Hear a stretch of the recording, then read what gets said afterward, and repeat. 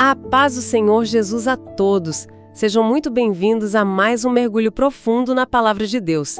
Aqui é o EBD Fiel. E hoje, olha, a nossa missão é trazer aquele resumo dinâmico das lições da editora Betel para a classe de jovens. É uma alegria gigante estarmos juntos para mais um estudo. E assim, o tema que a gente tem em mãos hoje não poderia ser mais urgente para essa geração de verdade. Sem dúvida nenhuma. Hoje nós vamos destrinchar a lição 4, que tem um tema muito forte. É o seguinte: o templo do Espírito Santo vivendo com saúde e em santidade. Um tema profundo. E vamos colocar os pés no chão aqui, porque a realidade de quem compõe a juventude cristã hoje é esmagadora. É aquela pressão da faculdade, sabe, com prazos absurdos. Nossa, sim. O estresse daquele primeiro emprego. E, claro, aquelas armadilhas de comparação que ficam pipocando no feed do Instagram a cada 5 minutos. Sem contar as tentações diárias que parecem estar ali, tipo, a um clique de distância. Exato. E a nossa grande missão nesse mergulho de hoje é justamente desconstruir a ideia de que a fé cristã é algo puramente invisível, sabe? Ou algo só etéreo. Tem muito esse mito, né? Muito. Um mito de que só a alma importa para Deus, enquanto o corpo é meio que descartável. Mas na verdade é que o cuidado integral do cristão envolve corpo, alma e espírito. Uma coisa não se separa da outra na vida prática. Com certeza. E antes da gente mergulhar de cabeça nessa teologia toda, eu quero deixar um convite muito pastoral para quem está nos ouvindo agora. Seja no ônibus, lavando a louça ou no trânsito indo para o trabalho. Fiquem à vontade para participar. Isso. Acompanhem, compartilhem, divulguem o conteúdo do EBD Fiel lá no Instagram, no TikTok, no YouTube. A gente sabe que a internet está cheia de ruído, então quando alguém compartilha esse estudo, não é só um clique, é uma atitude real que ajuda a fortalecer a escola bíblica dominical. E a espalhar a palavra de Deus nesses ambientes digitais que precisam tanto, né? Perfeito, a boa semente precisa ser espalhada. Mas, bom, começando a nossa análise pelo primeiro grande ponto da lição, que aborda o corpo como templo do Espírito, a gente precisa olhar lá para o que o apóstolo Paulo diz. Em 1 Coríntios, certo? Isso, capítulo 6, versículos 19 e 20. Ele traz uma afirmação fortíssima que na época soou como uma verdadeira bomba. E foi uma bomba mesmo. É que a cultura grega daquela época era muito influenciada por filosofias que simplesmente desprezavam a matéria. E o que isso significava na prática? Significava que, para muitos deles, o corpo físico era considerado uma prisão, algo sujo, inferior, enquanto o espírito, esse sim era puro. Então, qualquer pecado cometido no corpo não importava, porque o corpo ia ser destruído de qualquer jeito. Nossa, uma visão totalmente distorcida. E é aí que entra a resposta de Paulo. Exatamente. E Paulo usa uma palavra grega muito específica aí. Ele usa a palavra naos. Espera, me explica melhor. Qual é a diferença dessa palavra para um templo comum? Tem total diferença. O complexo do templo em Jerusalém, com todos aqueles pátios externos onde o pessoal circulava, onde os comerciantes ficavam, aquilo era chamado de hieron. O espaço geral, digamos assim. Isso, mas Paulo não usa hieron. Ele usa naos, que se refere de forma bem estrita ao Santo dos Santos. Caraca! Era aquele santuário interno, sabe? O local exclusivíssimo onde a presença manifesta de Deus habitava.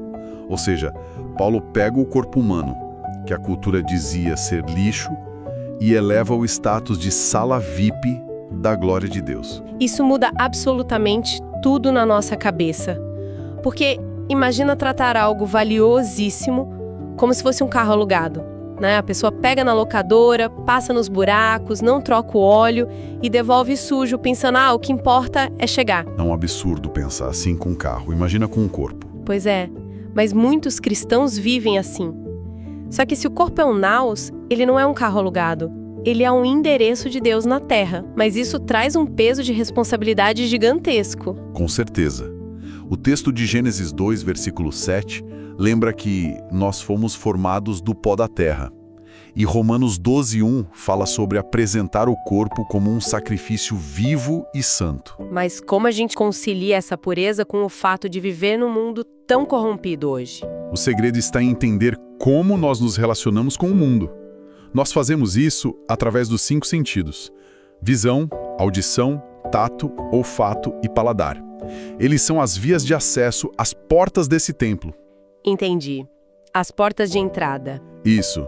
E Romanos 6,12 nos adverte a não deixar o pecado reinar no nosso corpo mortal. Ou seja, quem controla o que passa por essas portas é o próprio cristão. Trazendo isso bem para a realidade de 99% da juventude, vamos falar da tela do celular. A visão e a audição estão ali o tempo todo sendo bombardeadas. Totalmente. O que a pessoa consome de madrugada no smartphone. Quais são as letras das músicas que estão no fone de ouvido indo para a faculdade? Quais são as conversas nas rodinhas? Se o corpo é o santo dos santos, a gente simplesmente não pode deixar a porta escancarada para qualquer entulho entrar e sujar o altar. Verdade. E isso tem aplicações muito práticas. Muito. Começa no secreto, né? A verdadeira pureza do caráter é revelada por aquilo que a pessoa faz quando ninguém está olhando. Ninguém exceto o Espírito Santo. E isso transborda para a família. O jovem que vigia o que consome honra os pais com um comportamento puro dentro de casa. E reflete na igreja também.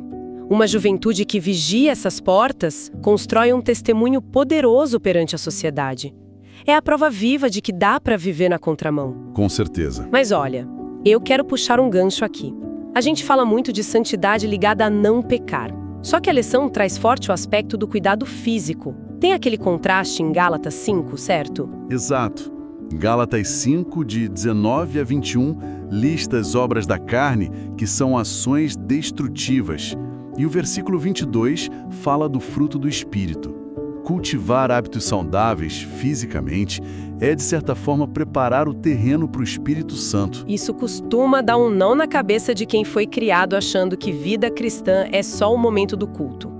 É comum a ideia de que disciplina espiritual é só ler a Bíblia, jejuar e orar. Que é a base de tudo, claro. Sim, é o alicerce absoluto. Mas a lição aponta que dormir a quantidade certa de horas, comer direito e ter higiene pessoal também entram nessa conta. Dormir bem é um ato espiritual. Pode apostar que sim. O ser humano é integral.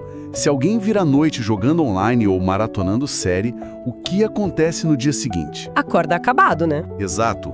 O corpo biológico está exausto. O sistema nervoso entra em colapso. A pessoa acorda irritada, dá resposta atravessada para a mãe, não presta atenção na aula e, se for ao culto, não consegue adorar. A falta de descanso sabotou o crescimento espiritual dela. Fascinante. Eu fico impressionada com isso. O autocuidado físico gera o vigor para servir. Um corpo esgotado por pura irresponsabilidade não consegue refletir a alegria do espírito. É verdade. E isso nos leva direto para o segundo grande ponto da lição, que é o corpo na nova aliança. Um ponto de transição importantíssimo. Porque, veja bem, se o corpo é tão intocável assim, como ficam as vontades naturais? A juventude tem desejos normais, tem ambição, fome, sono, vontade de namorar. A religiosidade, às vezes, cria uma culpa gigantesca por coisas que são naturais. E para resolver essa tensão, primeiro a gente lembra de Atos 17, 24. Deus não habita em templos feitos por mãos humanas. O endereço dele mudou para o coração humano. E quanto a essas vontades naturais? Paulo usa um termo muito revelador em 1 Coríntios 15, 44. Ele fala sobre o soma psíquicon, que é o corpo natural. Vem de psyche, que remete à nossa vida terrena. Isso prova que fomos criados com necessidades legítimas. Necessidade de comer bem, ter um bom emprego, se vestir bem. Tudo isso é o soma psíquico. Exatamente. O erro trágico é achar que, para ser muito espiritual, a pessoa precisa anular o fato de que é um ser humano terreno. O problema não é ter a necessidade, é como a gente busca satisfazer ela. Entendi. Por isso, Jesus cita em Mateus 4,4 que nem só de pão viverá o homem, mas de toda a palavra que sai da boca de Deus. As necessidades precisam passar pelo filtro da palavra. Olha, isso tira uma tonelada de peso das costas de quem nos ouve. O segredo não é o isolamento extremista ou viver com culpa porque deu risada com os amigos. Longe disso. A chave é curtir a vida que Deus deu, mas sempre com a obediência a Ele funcionando como um filtro de pureza. Isso cria um ambiente saudável na igreja, sem aquela vigilância opressiva. É o equilíbrio perfeito. mas tem uma linha tênue aí, que exige maturidade. E é aqui que a gente precisa colocar o dedo na ferida. Porque a Bíblia valida o corpo natural, mas ela manda mortificar a carne. E eu confesso, por muito tempo, ao ouvir a palavra carne, a imagem que me vinha era o próprio corpo. Muita gente pensa assim. Parecia que mortificar a carne era jejuar até desmaiar, sabe? Me explica isso. Como a gente separa o corpo físico da tal da carne? Essa é a distinção teológica mais esclarecedora desse estudo. No Antigo Testamento, em hebraico, a palavra para corpo é bazar, que aponta para nossa fragilidade física. Mas no Novo Testamento, em grego, quando Paulo fala de carne, ele não usa a palavra para pele e ossos. Ele usa sarx. E o que é essa sarx na prática? Em Gálatas 5,17 e Romanos 8,7, Sarx descreve a nossa natureza humana caída, aquela inclinação rebelde, o egoísmo que se opõe ao Espírito Santo. Não é a sua biologia, é a sua propensão ao pecado. Ah, que alívio teológico. Então, mortificar a carne não tem a ver com descuidar da saúde. Mortificar a carne é domar o ego. Exato. É dominar aquelas vontades tortas, dizer um não categórico para a inclinação ao pecado, e não para o corpo em si. Nossa, se a gente trouxer isso para uma segunda-feira na faculdade, o pessoal organiza uma festa focada em bebedeira. Mortificar a carne ali é ter a coragem de dizer, não vou. Perfeito. Ou no trabalho. Forma aquela rodinha para fazer fofoca e destruir a reputação de alguém. Mortificar a sarche é ter o domínio de virar as costas e voltar para a mesa, mesmo parecendo o chato da história. E dentro de casa também. Mortificar a carne é engolir o orgulho numa discussão com o irmão. É ter paciência com os pais quando eles não entendem o seu mundo. E na igreja? Na igreja é servir sem buscar os holofotes. Varrer o chão com a mesma alegria de quem canta no púlpito. É matar o orgulho. Um exercício diário de morte do ego. O que nos conduz de forma brilhante ao nosso terceiro e último grande ponto. A mordomia do corpo. Sim, já que o bazar, o corpo físico, é uma dádiva. Como a gente administra bem essa propriedade? Exato. A própria palavra mordomia já dá a pista, né? Isso significa a gestão cuidadosa de um bem que pertence a outro. Nós somos gerentes do nosso corpo. Na terceira epístola de João, versículos 2 a 4, ele deseja que Gaio prospere e tenha saúde física, assim como a alma prospera. A Bíblia se importa com a nossa saúde. E aqui a gente não pode fugir de um paradoxo gigante no meio cristão. Tem muito jovem que bate no peito e diz, eu não bebo, não fumo, sou um exemplo. E, olha, glória a Deus por isso. Com certeza, é uma vitória. Mas essa mesma pessoa passa 18 horas por dia debruçada numa tela, a postura torta, é totalmente sedentária, a alimentação é só fast food e refrigerante. Essa conta não fecha. Não fecha mesmo.